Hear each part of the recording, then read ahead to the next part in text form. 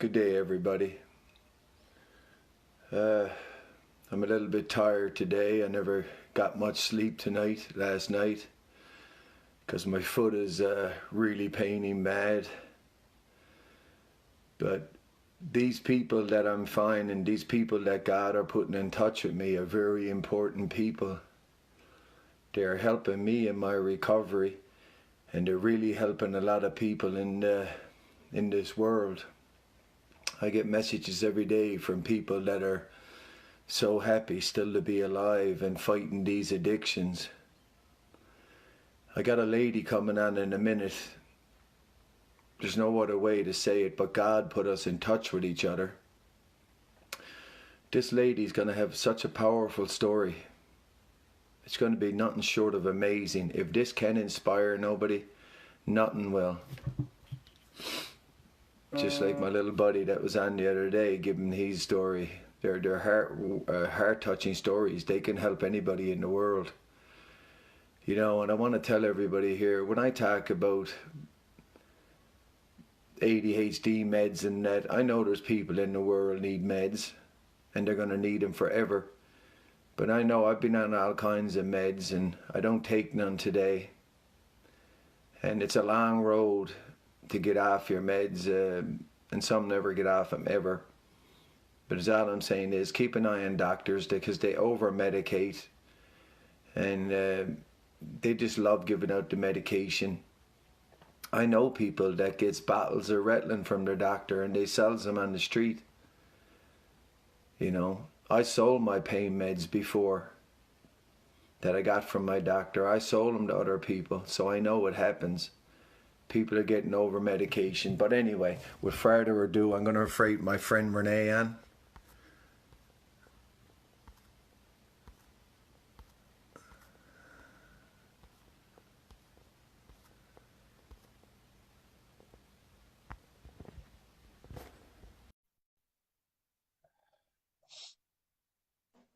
Hi, Hi Renee, how are you? I'm good. How are you? I'm great, thank you. Welcome. I'm so proud of you to volunteer to come on here and tell your story. It's very powerful and very courageous of you. Thanks. I'm a little bit nervous. I'm very Yeah, camera shy. I Yeah. can bet you're nervous and I bet you're camera shy, but it's for the greater good. God is watching us. He put us in touch Yeah. with each other for a reason.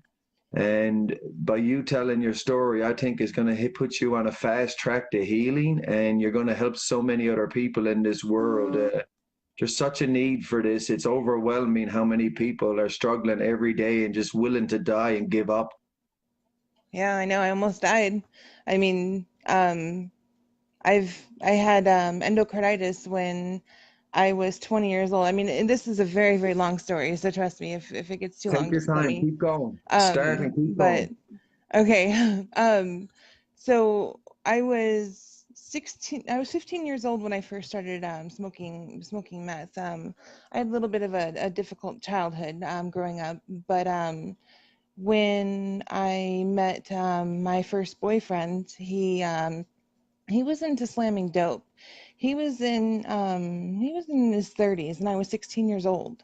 And I thought that I could try to fix him. And so, I tried to, get him off of drugs and stuff like that. Anyways, we ended up messing around and, I was smoking meth with him and I was scared to death of the needle at that time. I was 17 years old when he wanted me to try it his way. And so I told him no. And anyways, we were on a binge and I was up for like 3 or 4 days. And when you get that tired, you fall asleep and not much can wake you up. Well, I was awoken by like a pinching feeling in my hand. And when I looked down, I was being injected with meth. And my ex said that I will never feel the way um, that he feels until I try it his way. So I was forced to try it his way. Anyways, I loved it after that. I mean, I can't blame, this entire addiction on, fully solely him because I Yeah. mean, at that point, I mean, like I loved it, but I didn't know how to find a vein. I'm so sorry. Is this gonna like trigger anybody? No, I come don't want on. this to Everybody, trigger no, anybody. no, keep Okay. speaking. Come on. Okay. This is real. And so anyways, I could never find a vein. I couldn't find a vein until I actually I think till I was about 19 years old. But anyways, me and my ex, we got into drugs. We were doing illegal things that and anyways, we ended up becoming homeless, and this was in Modesto, California. We lived in his car and during the summertime, and during the summertime in Northern California, it's brutal. So it got too hot to sleep in the car. So we would park hop and we would sleep in the park. We would, be slamming dope in the park. I mean, I'm 18 years old and I'm standing out in the Valerio gas station begging for money and, like for food and stuff like that. And, obviously the money that we were getting was, for drugs. I mean, I'm not gonna lie, Mhm. but finally, one night, me and my first ex got into a fight, and it was like 3 in the morning, and I decided to go for a walk at 3 in the morning, and little did I know that living in Modesto, the streets are nowhere for a young girl to be walking because I met um, allegedly my son's father. I can't prove that he is my son's father, but Mhm. I do call him my son's father because I don't know who his dad is.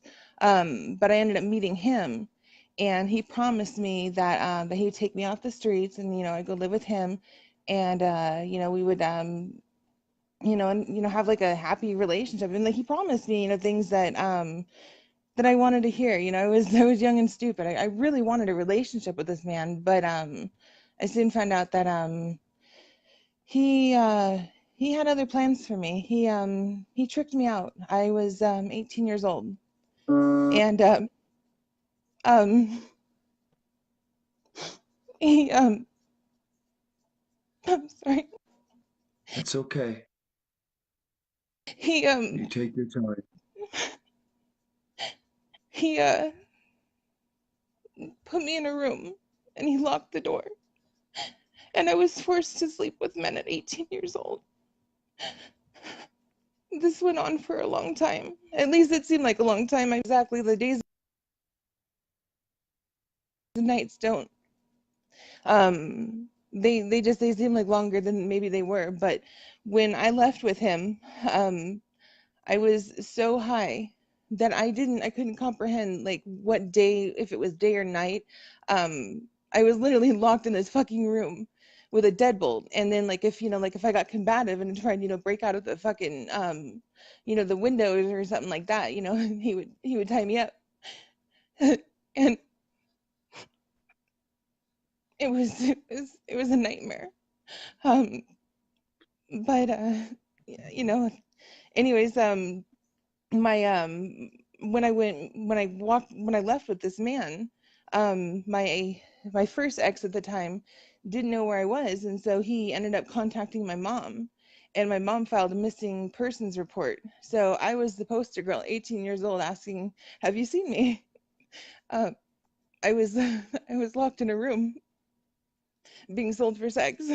Um, but when the police caught on to where I was, my ex quickly got me like straightened out, and again I'm higher than a kite. He Yeah. coached me on everything to say. He told me that like because the police ended up taking like pictures of my neck, being because I was choked. I was I mean, like I had, I had one man hold a gun to my head. I mean, this is legit shit that like you only see in the movies. This is straight horror stuff. And finally, when the police were searching for me, I went to the police station and they were taking pictures of my arms and everything like that. And my ex coached me on everything that I needed to say. That these bruises and stuff were from my first ex and everything like that. And I was so stupid. I really was. I said everything, that he wanted me to say because he would promise me like this is his technique. He promised me that he would get help and he would change, and that that we would have what he'd promised in the beginning. So it went back and forth to where I love you, and then all of a sudden he's tricking me out, you know, then he loves me, and then he's, I mean, like I became an 18-year-old trophy to him. That's exactly what I was. I mean, and then eventually, as time got, you know, got further, he would start taking me out on the streets, and so then he was my pimp, and I would be walking up and down the streets, and you know, getting in strange men's cars, and I mean, and this went on until I became pregnant, and I don't know who the father is, but we ended up, and things ended up settling down after I, you know, got pregnant and had my son. But he was still very, very violent man. I mean, his record, he had a record of domestic violence from, I mean, like huge, huge, huge record. Very combative with the police. Anytime we were ever pulled over by the police, he was always handcuffed and put in restraints because he was known to fight the police. And so, anyways, this was this love, this relationship that we had, that like you know, it was apparent that he was a pimp, and we would have women, you know, like in and out of the house. I mean, these were prostitutes, and then he would you know, like then he would like get together with other guys, you know, gang members and stuff like that, and they would you know, then they would take us girls and they would take us to hotels and stuff, and we didn't know where we were going. We actually ended up like in a van, and I can remember asking this one girl, I said, "How old are you?" And she says, "I'm 16 years old."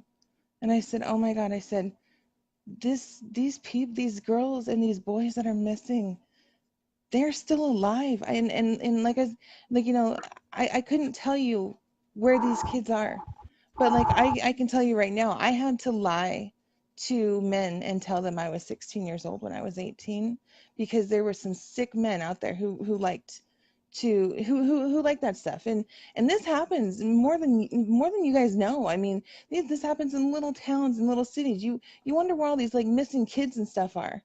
I don't think they're all dead. I think that they're being sold for sex, or being held against their will. I really don't think that they're gone. And then anyways, I ended up at right after I had my son, I was 20 years old, and I ended up getting very, very sick. I went to the hospital and I was diagnosed with endocarditis. And I had endocarditis so bad that the highest recorded fever, I believe, at the hospital was 105 degrees. I should have had brain damage by then. I was in full-blown congestive heart failure. My heart was infected with this abscess on my tricuspid valve, which needed to be replaced. My kidneys, my liver, everything was failing. I was put on life support. Um, I was in the hospital for, I think it was either 3 or 6 weeks. I can't really remember exactly how long, but all I can remember is just hearing the doctors, you know, saying that I wasn't gonna make it. When you're on life support, this is real shit right here. You can hear everything everybody's saying. So when you're laying there completely paralyzed in so much agony and pain, and you can hear the doctor saying, "We don't know if she's gonna make it. You need to sign do not resuscitate." 20 years old, do not resuscitate. My life wasn't worth fucking saving. Let that sink in. That's pretty fucked up. Um, but I survived, and when I was started, my kidneys and my liver and everything started to, you know, start to function again, I ended up getting better, and I was released from the hospital, and I knew at that time I was done with drugs. I was done messing around. I was done with that lifestyle, and so I purposely picked a fight with my ex because I knew he was going to hurt me, and he did. He ripped out the PICC line that was in my arm. It's that tube that goes into your heart that drips antibiotics on your heart and keeps the infection, you know, from moving anywhere, you know, towards your, you know, anywhere else. And so he ripped that out. And I remember waking up on the floor and begging him to call 911. And so finally he did, but again, he coached me on everything to say. Like he told me that I got scared by a spider, and that's what happened. That's not what happened. And so when I got into the ambulance, I told the EMT that, you know, what had happened, and so the cops ended up coming, and my ex tried to stab one of the officers right in front of my son. My son's like, I think 1 year old at this time. And I ended up taken to the hospital for a few days. My son was put in CPS, and my ex was put in jail. And after after that incident happened, I was released from the hospital. I got my son from CPS, and I left. The doctors told me that I was too sick to leave the state, but I had no choice. I mean, it was that or I was gonna die. And so I ended up packing just the I just had the clothes on my back and my son's stuff, and we left. And we went to my new home, which I won't disclose. I mean, I'm sorry. That's right. I still have enemies, you know. I'm Yeah. not going, yeah. But when I got to my new home, I went to the doctor and they said you need emergency open heart surgery. This is a week before my 21st birthday. I'm going in for my first open heart surgery. And they replaced my tricuspid valve. That was January 20th, 2008. Yeah. And then everything went well, you know, after that. I mean, my recovery, you know, I was off of, you know, off of drugs, and my recovery went, you know, very well. I mean, like in the very, very early beginning, I did have trouble with fentanyl, and I did have trouble with morphine because that's what I was put on in the hospital. But when I saw myself like slipping back into like, the bad pattern again, I stopped. I quit. I mean, I'm sorry. There was no option for me to go back to the way that I lived. There was no option. What happened to me back there was nothing short of traumatic. And I mean, failure was not an option at that time. And it's still not an option. But I ended up going to school. I got my GED. Everything went great until I turned 27 years old, and my heart is failing again. I'm in full blown congestive heart failure, and this is very severe. This became urgent within a month. Again, I'm going in for a second open heart surgery, and that's the picture that you guys will see on my profile. Um, that one was my second recovery, and they had to replace my tricuspid valve because for some reason in my body these don't last as long as they do, like as they were intended. They're supposed to last 10 to 15 years. Mine only lasted 7. So anyways, going in for another open heart surgery. When I woke up from that heart surgery, I was taken off of life support, and they did not give me any pain medication except for Tylenol for 12 hours. And I can just remember just laying in ICU with all these tubes in my chest and the pacemaker. I mean, and just like all these tubes are just laying there. You can't cry for help. You can't even cry. Your chest hurts so bad. You want to cry, but you can't. I mean, you want to like, yell for somebody's help. You can't. You can't even move your arm to call for the help button. That's how agonizing it was. Finally, after the 12 hours, they finally gave me morphine. And the only reason why they did that was because I came out of sedation so quickly that if they would give me morphine, that would have actually put me back into sedation. So they did it for a legit reason. It wasn't like being cruel. They had to do it, So I mean, I'm not going to sit here and blame, the doctors, for like, anything like that. I mean, they had their best intentions. I do believe. And so, anyways, that recovery was that one. I struggled with that one. Because I wasn't the same. I developed chronic pain in my chest, and I still have it. My ribs have been cracked open twice. I've been on life support, twice, at this time, and I'm not the same anymore. But I still pushed through. I still worked, and I still, still a single mom, still pushing through. And I finally got a job in title and escrow. It was my dream job. It was 2017, and I was there for 8 or 9 months. I ended up getting sick again. I was 30 years old. 27 was my second heart valve replacement. Now I'm 30 years old. My heart's failing again because my valve is failing again. Okay, this valve only lasted 3 years. There's no reason why this should have failed so soon. And I can prove a hair test. I have not touched a needle since for the last 11 years. My body does not like these heart valves. And so I ended up going in for my third heart valve replacement It was February 28th, 2018. So this valve is a little over a year old now, and it's working well now. But I've spent the last 2 years struggling with arrhythmia issues with my heart. My heart rate does not stay normal. It goes into like I'll go into like an arrhythmia of where my heart rate will be resting 250 beats per minute. And the only way to get me out of that rhythm is to send me to the hospital and shock me out of it. I have been electrically cardioverted 32 times, I believe now, in the last 2 years. Two of them while I was completely wide awake.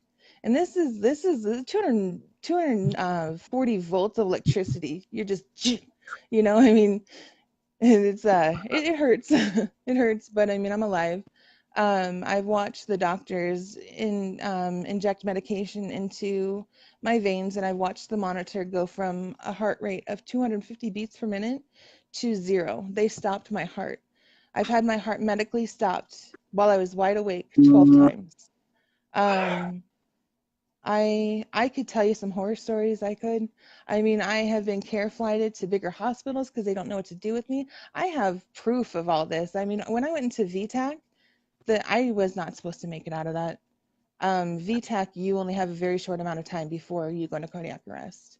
When I went into VTAC, thank God I was in the hospital because they were able to sedate me, and at that point, this is actually I think when I created this profile because I was not supposed to make it out of that hospital. I can only remember my seeing my heart rate on the monitor, legit 302 beats per minute, and I'm laying in a bed and thinking to myself, I'm gonna die, I'm gonna fucking die. I was like, I'm 30. I was at that time 31 years old. Um, haven't been the best mom. I mean, this is exactly what goes through your mind. I've been a drug addict, all these mistakes I've made. I've lived my life in depression for the last 11 years. And now I'm going to die in this fucking bed sad. I never got to live. And this is exactly what was, just going through my mind.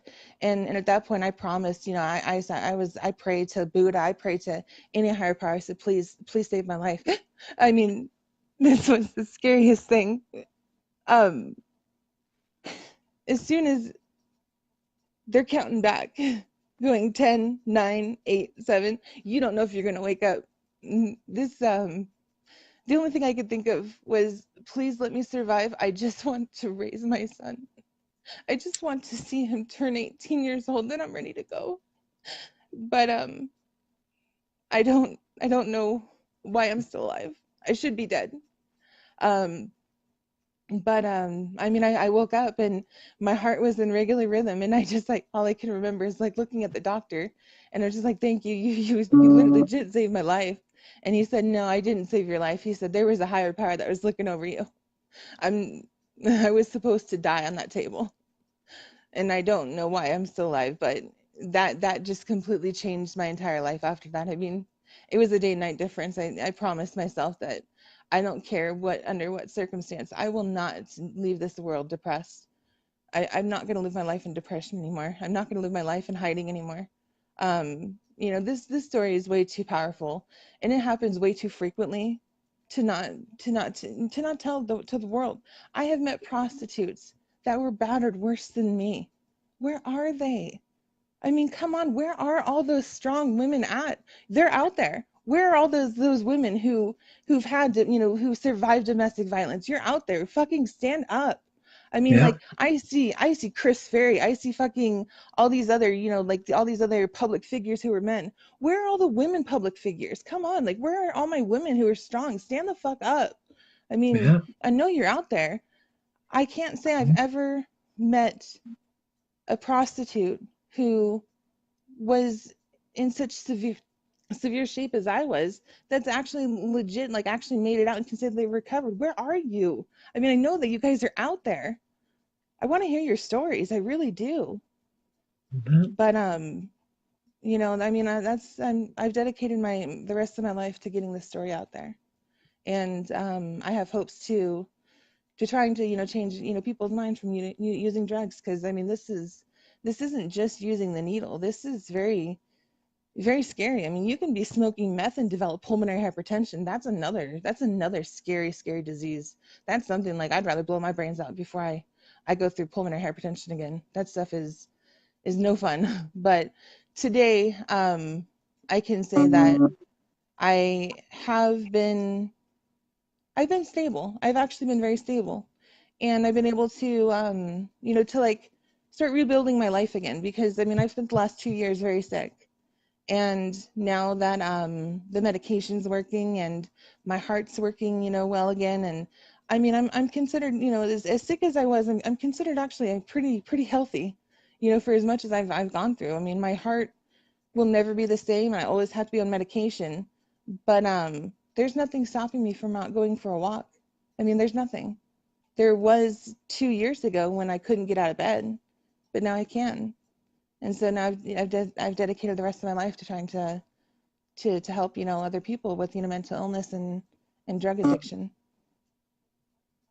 I So love it. I love it. I love it. I love it. And I hope you're there already. Never let your past define your future, yeah, because I look at the past now. I don't live in the past no more. I live for the yeah. future. And like you, I think it's way beyond amazing that you're still here, I'm not because supposed to be here. no, no, but now you are.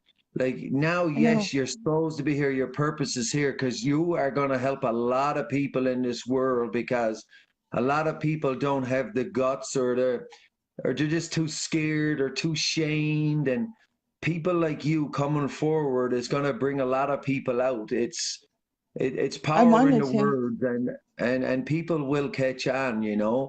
Uh, Yeah. my mom is a my mom. I stopped counting at 100 heart attacks. She had the two triple Wow. bypasses. She's still going, and when you start speaking, I can just see my mom talking to me now, and she loves the Lord. And I always said, "Mom, how are you still alive? What is it?" She said, "Harold, you know it's my Yeah. faith, Harold. I wouldn't be here Yeah. without God." So, and that's why Yeah. you're here. You're going to do a lot of powerful stuff and help a lot of people. And don't be I'm just scared of letting him these guide people. me. Yeah, let him Yeah. guide you. He will guide you. You don't need to ask him for nothing. You just give him thanks for everything every day. Thank him for waking up. Thank him for whatever he's going to give you in your day. You don't need to Yeah. ask questions no more, because I was always saying, God, give me some money to get my truck back. God, give me Yeah. some money I gave away in my divorce. I got no right to ask for any of that. You know, Yeah. God's going to give us Exactly. what He's going to give us what we could handle, Renee. You know what I mean? Yeah. And and that's And that's exactly. I stopped asking for things and I just started asking for strength because God knows the hardest thing that I've ever had to do in my entire life was fight for my life. I mean yeah, like um yeah, I've experienced some trauma, but that was nothing like waking up on life support. I'll tell you what, you want to scream for help. You want to get their attention. You can even hear the heart monitor going da da da da da da because because you're freaking out, you're panicking, and the nurses know that you're conscious, like you can hear, but you can't speak. Yeah, let that sink in. That sucks. You want something to drink and you wow. can't have it. You want I pain can, medication and you can't have it. Imagine dying like that. I can It only, can be avoided. yeah, there you go. It can be avoided. Yep. Let's take charge of our body. God only gave us one and one brain. Let's take care of it. We take care of our cars. We shine them up. We vacuum out our cars. We clean the engines, but we abuse our bodies. The person that's supposed to be Hmm. driving the car, we got to take care of Exactly. ourselves. And Renee, it's a much better life. Like It being is. high and being drunk, you don't feel good. It's stupid. Mm-mm. You only I've feel lived, good when you're straight and yeah. sober. I've lived my life, most of my life, completely numb. When I was molested by my grandpa when I was 14 years old, I went numb after that.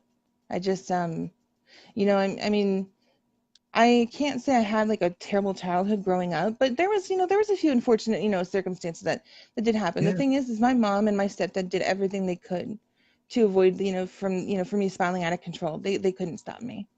you know yeah. um Addiction in our family was a very, very hush hush thing. And that's why it's taken me so long to actually Yeah. come out and talk openly about this because, how do you go to an employer and say, hi, because my name is Ashley Renee Buckner, by the way. It's Yeah. my profile won't let me change like Renee Buckner. Okay. Anyways, but going to a job, and it's like, I mean, I do have anxiety and it's untreated. I mean, I do have mental illness and it's untreated because I don't Yeah. want it to change me. But like going into a job and being intimidated by men, but you can't show it, I mean, because if you start showing Yeah. that you're scared, you get Yeah. fired. They don't care. People don't give a fuck. They really don't. No. They really don't sit there and say, I mean, they look at you like you're weird. They don't Yeah. understand the trauma that you just came out of. Yeah. That's why anytime I've ever seen anybody who's very quiet and standoffish, it's like I wonder what's going through their head.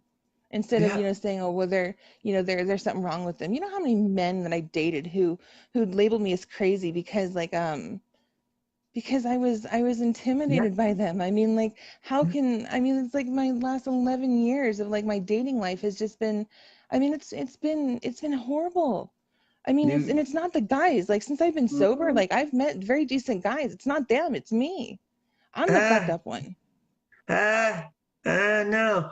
I don't Mm, think you are. Like you said, we suffer with a mental illness. So to yeah. me, these guys that you dated, they should have been more compassionate than that. It's like if they But I had never black told eyes, them. you'd say, "Oh, you never told them." I never, no, no, no, no, no. I never, I was very, very, Well, very secret about this entire thing.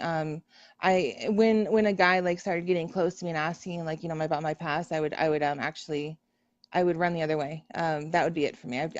I was the girl that went ghost all the time because I was too afraid to say, hey, you're dating an ex-prostitute.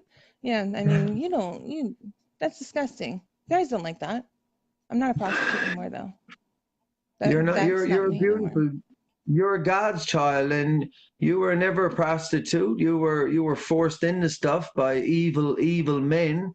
That until 3 months ago, I loved to beat them up. I got enjoyment out of it. I would stab them in jail. I would hit them with pipes, weight bears. I liked it, and Yeah. I can't do that no more. I learned that God's got to take care of all that. God.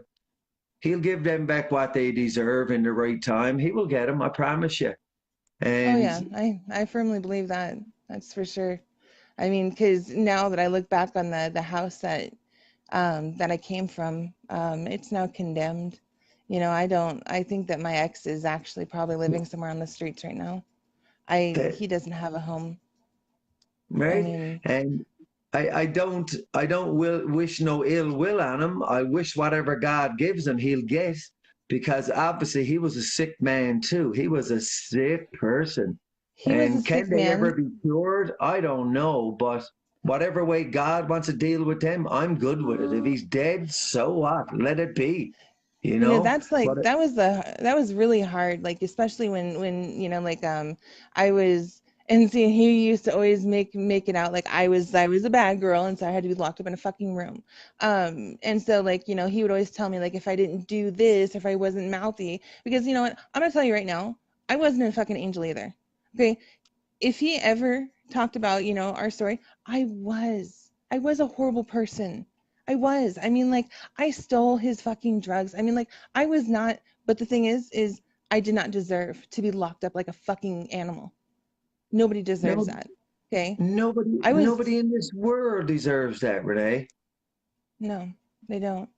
And after like that, that stopped happening. What he would do is he would I had to be escorted with him like everywhere I went. So like if he needed to go do like like a drug run or something like that, I would have to be escorted by like watched by one of his friends. And so he would leave me with some, god, I mean, some monsters. I mean, I could tell you a story that is so graphic that like I don't even think that it should even be on the internet. I was gang raped by three guys, and ended up in the hospital. And I mean, because he left me with these men. I mean, I'm not going to get into detail, but it was, Yeah. it's just like you know who you're leaving me with, and you say that you love me, and you're fucking, he destroyed me. He really did. And Yeah. I'll never let another person destroy me again like that. It'll never happen. God bless. Because you deserve way better. And today you sound like a very, I think you're telling the truth that you're very powerful and you're not scared no more. You will never let no one define you like that again. I won't ever show You you I'm know? scared. I won't ever show you I'm scared. Well, it's okay to be scared though. You've been through a lot, and if you were had People scared feed for on the that rest of though. your life, what? People feed on that though. I mean, like the wrong person, Yes, they're gonna feed on that though. You gotta be yes, careful. people too. But if you show it to the wrong people, like today, Mm, I changed all my friends a long time ago, but I find today where I came out of, it's only a couple of months ago, I started telling my whole story live because I got fed mm. up with people not being compassionate and not Yeah, understanding me. And yeah, that's true. but I find today there's a lot of people that do care, man. They're coming forward and they love me. They do. Strangers. It's wild. The, Yeah, the, the real family are out scared to death. I don't even know where they're at no more. My real family, my real really. children love me, but my brothers and sisters and that they all just deserted me. Yeah, it's because I'm being honest. They don't like it. It's weird. Yeah. But I learned that they told me, they said, Harold, because you're healing at such a Mm, rapid pace, and they're kind of jealous that you're feeling so good in life now, and they don't know how yeah, to get there, and they're trying to catch up with you. So they're annoyed that you're feeling so good and they're still stuck in their little ruts. that's So, true. I don't force no one back in my life. If people want to come, God is going to put them here. The ones that God don't put here, I don't need. Yeah, exactly. You're absolutely right about that. I mean, I welcome, I welcome people with open arms, but again, I mean, understand too, I'm very sketchy. I mean, I'm very Yeah, like, if you say something wrong, to me, I'm gonna like be a little bit weirded out. I mean, I'm sorry, I'm that way, yeah. but I'm very standoffish and I'm that way for a reason. But I mean, like, I won't ever ignore somebody if they need help. I mean, that's the thing is like, just because of what happened to my past doesn't make me a cold person. I'm just No, very, no, no. so I'm very careful Yeah. now. You can be very Yeah, careful, but make sure you don't shut too many people out because you might miss out on an opportunity that could be really good for your life. that's I true. like I go to this gym now in a new area here, any a good life fitness, and I've been talking to a lot of people, and it's weird.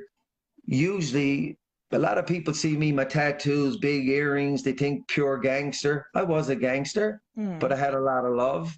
Now, no, I Yeah, just walk with God, and it seems like everybody that talks to me, it's weird. They want to talk about God or they want to tell me their yeah. problems, and I kind of get scared. I'm like, why are you telling me But your you give problem out that so vibe quick? though. Yeah, I it's mean, you it's weird. do. Yeah. I mean, you're a very approachable person, I mean, um you definitely are. I mean, like, like I'm not very approachable. I'm that person who will sit by myself and I'm very I don't like attention. Yeah, that's okay. I That's good. that's I mean, like I've had this profile for a while, but like lives, I mean, very rarely will you see me on a live. But like you said, I mean, God's guiding me at this time. Yeah, yeah. So let him guide you. You got a right to feel the way you do, sweetheart. Believe me, you've been through so much and you got a right to kick and scream till you die if you want. Nobody could ever say nothing about it. But just keep being you and try. You can think about the past because I think the past, remembering the past will help you for the future. But remember, Yeah. you don't live there no more. You're that beautiful Mm. Renee you always were. Now you're on a bigger scale. And let God guide you, and you're going to do amazing things, and you're going to be okay. Yeah. And I do look I'm going forward to. to seeing where this journey does take me. I really do, because I mean, I feel that this is what I was supposed to do. I mean, I I really do promise believe you. that this is what God, I mean, like I'm not supposed to be alive. I mean, I've survived blood Yeah, clots. I've survived, I mean, so yeah, many things of where like the doctors are just like, we don't know why you're even alive. I yeah, mean, I'm here for a yeah, reason, and I know that. It's just a weird feeling. Like I never was a very heavy believer in God, yeah. never, ever. Okay. And um and so when I When did survive that VTAC, it was a trip. I mean, I literally just sat like at home and just thought to myself, like, just thinking, what just happened? I mean, like when I was sedated, I just remember my sister-in-law just talking to me and just telling, like, 'cause she passed away a few years ago, and all I can remember God is her bless. just, just saying, to me that, oh, she said, love yourself and you can start the healing process. And I was like, what the fuck does that mean? You know, and that just replayed in my mind for, like, I swear, like, I like literally sat on my couch for a month just replaying that in my mind. Like, I could just hear her so vividly, like I could still hear her voice, saying love yourself and you can start the healing process. And Because I mean, I do love myself, and I do, but I mean, I'm not always okay. I'm not. as I think as addicts, for the drugs that we went through and the trauma, Hmm. we I'm still learning how to love myself. I'm getting to that Yeah. point. For the last year was the first time ever that I stood up and I said, you know something? I am good looking. I am freaking smart. And I am a good person. I never ever believed that in my whole life. I always thought I was above and below people. I didn't think Yeah. I ever fitted in. But, we are beautiful people. Our minds, your mind, and my mind, addicts and that, we are so smart. It's scary how smart we are because I our know. thinking, it's way ahead of what we're thinking. Like we got to catch up to our thoughts. I find my thoughts are so far ahead, Hmm. and I got a trouble catching up to my thoughts because I'm thinking so much and so far ahead. But the other Exactly. day, I finally said, God, I'm shutting off that brain. I'm not asking you for nothing else no more. I'm never going to judge no one in any way, shape, or form, even if they're a child molester. I'm not saying nothing bad. Usually, I Yeah. always say, I want to kill him. But now I'm not going to say nothing no more. I'm going to shut my mouth. I'm going to walk the Yeah. walk, and I'm going to do my best to help people. And Yeah. long as God has given me people like you, we're creating an army that one Yeah. day, who knows, we might get a big enough army and we'll kill that devil. We'll kill him Yeah. off. Who knows? Because I think it's a we program. The more of us together working, the more people we could help. Yeah, exactly. And that's what I wanted. It's like, I need to, first of all, I'm at the point of where now I am, able to get up and not, I haven't been released to work yet. I mean, that's one thing the doctors don't want me to do yet, but like, I've never seen myself as a disabled person. I've always worked. Yeah. I've always held it down. This isn't going to stop me. I mean, if I can walk, I can go and speak in front of people. As long as I can breathe, I can speak in front of people. The only reason I haven't is because I do have very bad anxiety. And so, like, if Yeah. I'm in a room and my heart starts to race, Yeah. it's nerve-wracking because then I worry because, like, if that's my arrhythmia, issue coming back. But so far my heart's been really good, knock on wood. I think you God is know. going to take care of you. Do you try, when you Yeah. get anxious, do you ever just try to take deep breaths and let it out slowly, Renee? Like when I you get gotta be. excited, Yeah. what do you do to control it? Um, I what I actually usually do is just listen to music or something like that. I mean, like, I have to redirect my focus. The Okay. doctors prescribe anxiety medication, but I can't Yeah. take that. Anxiety medication actually makes me a lot worse. Like, I start That's fighting my I like to sleep. hear. I don't like You it. want to talk? If you want to keep talking more about that, you can, because I try to have that discussion with people about medication. So you're saying you don't like it? No, and the only reason why I really don't like it is because every time I've ever been put under, I've had multiple heart surgeries. I mean, I've had 3 cardiac ablations. I mean, so every single time I've ever been put under, they've always put me under, like, anxiety medication. So every time I've woken up in excruciating pain. So taking anxiety medication is like a trigger of where it's like, I fear I'm going to wake up in excruciating pain. You know, no, I don't do well with anxiety medication. I'm sorry. I've got to deal with this on my own. Okay. Well, but I don't know about dealing with it. You want to keep your doctors close by, Renee. Don't just say deal with it on your own, sweetheart. Keep talking about it. Keep your doctors nearby.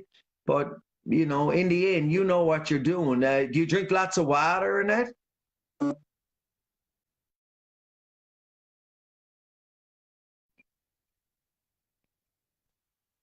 Where did Renee go? Where did Renee go? Where did Renee go?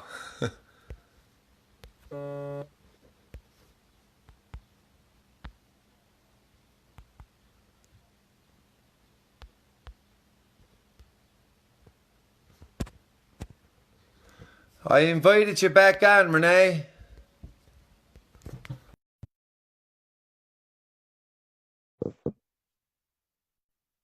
I'm here. Sorry, my Okay. internet. What were we talking about? I was talking about your medication and that. Yeah, but do you Oh. drink lots of water and stuff? Oh yeah, and because I am in heart failure, I do have to be careful on the food restrictions and stuff like that. I mean, that's another thing that people don't realize. Like people like when they do drugs, they think, okay, well, I'll just die. Well, I unfortunately I didn't die, and I had to suffer. Um, I mean, right-sided heart failure. That's actually a lot worse than left-sided heart failure because it's part of the heart that is unknown. And so it's just like my whole situation is very, very complicated. But But it's so being managed at this time. Renee, with your hair conditioner now, did this start? Was it helped by the using of your drugs or not? Mhm. Did the drugs help commit this problem? Drugs are the cause of this problem. Okay. If I was never injecting, Yeah. if I was never using the needle, I would have never gotten endocarditis. And this is very common. Yeah. Like I think that there is with the doctor said, as sick as I was, there was a 20% chance of me surviving. Um, I have a lot of damage in my lungs because of the blood clots, because of there's like this vegetation that grew in my heart that was like the size of a golf ball that busted off into my lungs while they were doing an echocardiogram, and they just sat there just waiting to see if I was gonna like stop breathing. I mean, like I said, I mean, like people don't survive that kind of stuff. I mean, you can So see all the scar tissue and stuff in my lungs. But again, it's like am I suffering right now? No, I don't. I'm not suffering at all. okay, You know. okay. If you are, you can share it with us because we're going to be all here to help each other. Mhm. We got to be totally honest about our feelings. We can't Yeah. hide nothing. We got to keep it all out in the open because that's the only way we can heal. And that's why I like speaking because Yeah. if someone's feeling bad, say what's on your mind, and somebody here might be able to tell you something that will turn your whole day around. You know? Exactly. Yeah. And like I said, I have bad days. I mean, there's days of where like I'm not Yeah. feeling good, and I'm just like, my God, am I gonna be admitted back into ICU? I mean, I have like my anxiety is bad. I mean, like at times my boyfriend has actually seen the worst of it. Yeah. Um, and he's the God only bless you. person who's ever seen that. I've never I usually can hide things pretty well. Because that was just kind of like how I was raised. I mean, everything was just hush hush. Yes. Um, the like I can remember telling my loved ones, I'm struggling, and their answer to me was figured out. I All know. right, I'll figure it out. It's like, and they don't Yeah, know how really serious this is. Like, people are two yeah, seconds away from killing themselves, and people say, "Go figure it out." That's not the answer, exactly. you Mm-mm, know. And that's what made me exactly. so mad. And guys, everybody out there, like, I don't know what you're doing in life, but I did inject drugs in my body before, and I'm fortunate I never ended up like Renee. So I just hope that people are listening to this story and what can really happen if you don't get it together. And you know, Yeah, if you don't believe in God, it's okay. Believe in something bigger than yourself and get away from the drugs. Renee is find telling this something. story to help you. Find something that keeps you motivated, whether it's your kids, whether it's your dog. There's something out there that loves. I mean, like, I hear people all the time who send me messages and say, they don't have a reason to live, but then find one. I mean, like, and I know that's like, then that sounds like so harsh to even say too, because I can remember a time where I remember laying in bed, and this was, yeah, my ex put the deadbolt on, so I couldn't go anywhere. And I remember laying in bed and just thinking to myself, like, you know, how I was gonna make this, like how I was gonna get out of here, how I was gonna make this, like, just like all these thoughts like would just race through my mind. I mean, like, I think that's why I have like such a hard time, like, like focusing, because like my mind was just always racing. I mean, maybe it was the drugs, I don't know, but I'll tell you, like, I can't even sleep hardly at night because my mind just doesn't shut off. I'm It's just just like you. I said, my mind yeah, is going 24 hours a day. I can't catch up to my thoughts. I It's can't. impossible, Do you you do you know? sleep at night? I don't sleep really good now. Mm, That's mm, just part of the game too. It comes and goes, but I think we're I've been in this new apartment now almost 2 weeks, and these 2 weeks have been the best sleeps of my life. I think really? it's as you find more peace in your heart, the more Mm, peace you find, the more you let God in, the more comfortable you come, and the more you would sleep. yeah.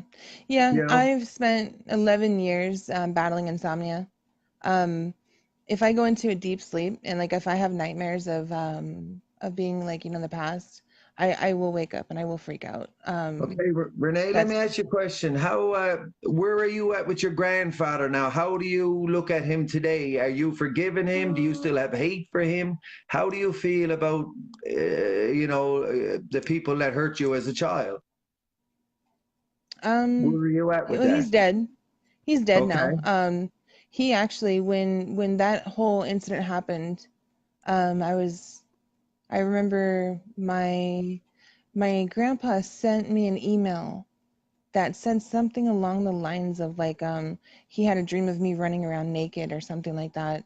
And my stepdad opened up the email and he asked me, he goes, what is this? And I was like, and at that point I was like, and I told him the truth, but the thing is, like, it was really hard to get into detail with my mom about, like, Yeah, like explaining, like, to my mom that your father touched me here and here and here and here. yeah, And so yeah. I didn't really like really open up about it. And so I stayed very, very quiet about that whole thing. My family put me into counseling, but then later on we got a call from the fire department and they did a welfare check on my grandpa, and he was dead in his house for a week when they found him. And um I actually got really, really depressed because I thought that if I wasn't there that day, um, that maybe he would have had his family to call for help and maybe he'd still be alive. No, But it's no, not my fault. It's not my no. fault. Don't ever think that, Renee, because I'm a firm believer when we're born, your expiry date is already there. When you're born, it's already written when you're going to die. God already's got a Yeah. plan. He knows when you're going to die. The date is written. There's nothing we could ever do or say to stop it. It's the inevitable. It's like us. But it's important to try to find any peace you can towards your grandfather. This man was probably molested as a child. It's a good chance he was Yeah. abused as a child himself. It usually goes back, you have to try to break the cycle. So Yeah. he was probably molested as a child. Most of the molesters I knew, they were abused as children. So Yeah. I hope you find it in your heart. You can pray to God and tell God if you want, you forgive him, and to forgive them people. God will deal with them. I promise you. I know a story, Renee. I first started going to prison because I wanted to get this man that raped my brother in jail as a 16-year-old. I thought I was going to be a priest, but obviously then I had to go to jail. I wanted to get this guy who raped my brother. So I spent a Hmm. few years in prison, and lucky I made it out myself, but I never got that man, but somebody did. And that man's in a Oh. wheelchair today. He's a paraplegic. He can't move nothing, only his lips and his eyes. So he is Mm. suffering the greatest ever now. So every That's dog has true. their Yeah. day.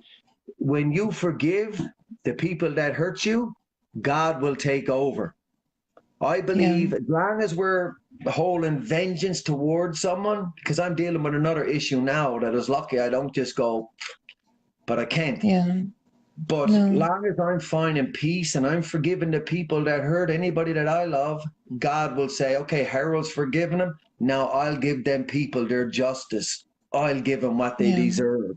right? And I'm a firm believer, and I hope you do, because you seem like such a beautiful, intelligent lady. And I Thank personally, you. I don't want to see you get held back for 1 second, because you got so much to offer in life, and it's time for you to do your job now. That's why you're here. And the more Yeah. you give back, the more God will give you. Don't ask nothing, like I said. Just keep on going ahead, and we're going to stay in touch. And I I appreciate hope we it. can work together, because I always got lots of girls messaging me about being raped and want to get off the Yeah. streets into prostitution. And I only got so many answers, right? Yeah.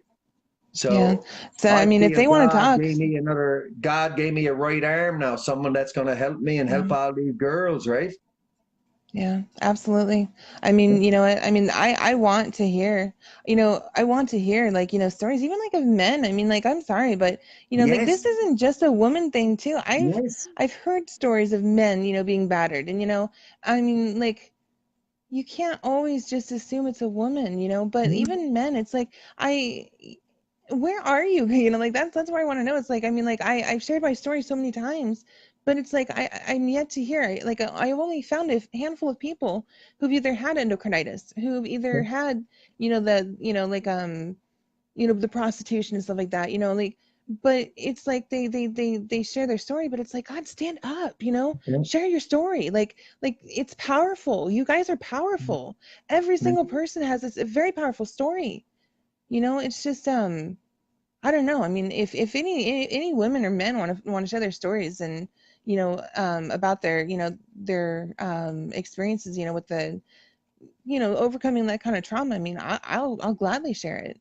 I really would. I Yeah. mean, So I'm you, not a counselor or anything like that, but I mean, I'm always open to listen. stories heal, and you've been through a lot. I always said counselors got their marks from going to university and that, but we got life Hmm. experiences, and I Yeah. think they overweigh all of that. I know we need people in college, the university with these degrees, it helps, yes, but these stories heal quick. So, guys, Yeah. as Renee said, you can reach out to me and Renee anytime you want. You want to share a story, you want to talk. The more Yeah. stories we get, the more people we could heal. So, Exactly. Renee, Because I'm going to recovery say a is little possible. prayer. I want to pray for you right now before I leave, if you don't mind. Absolutely. Thank you. Yeah, I'm going to pray for you. Thank you. God, I don't ask for many prayers for anybody or any time. But today, God, I'm asking you to please come into Renee's heart and touch her a little bit more than what you're touching her. I think she can be an amazing leader for you to help and guide people that are struggling in the world today, Lord Jesus Christ. I'm asking you, please, God, you can help her make this heart better for her, God. Let it keep pumping out love. She can touch so many people. And I say a prayer for this in the name of Lord Jesus Christ. Amen. Amen. Thank you. I Uh, appreciate it. I really do appreciate you. This is my first live I've ever done with somebody. I I've done lives by myself, but like I said, I'm very socially awkward. I mean, I'm getting better. you did amazing. I'm really inspired. How good you did do it for the first time? Because the Thank first you. time I did it, I was crying. I couldn't stop crying the whole time. I was I just a know. bag of nerves. I was so scared. I But know. It just did keep take a lot. working and keep doing what you're doing, Renee. You're an amazing person. Stay strong. Any day you feel bad, you can message me 24 hours. We're brother and sister now. We got to be banded together, and we got to stick together and help each other get through this, okay? All right. Thank you. And you're I more than love welcome to you. message me too. I really appreciate it. I will. I Thank you. love you. Thanks for sharing your story. Have an amazing day. You too. Thank you. God Bye. bless, Renee. Have a good day, You sweetheart. too. Bye. Thank you. Bye. Wow. Guys, he's amazing. Uh, I love doing this. It really excites me. I can't stay too much longer. I got to people at work now too. I'm really hurting with a lot of pain. I bid on a new job. I don't even think I'm going to be able to do it. So I probably lost my other job at work. My life is just going around in circles. But anyway, I got to get ready, go to work today, and deal with all of that. I bid on a job I just definitely cannot do. So So I got myself in another corner now. I love y'all. God bless.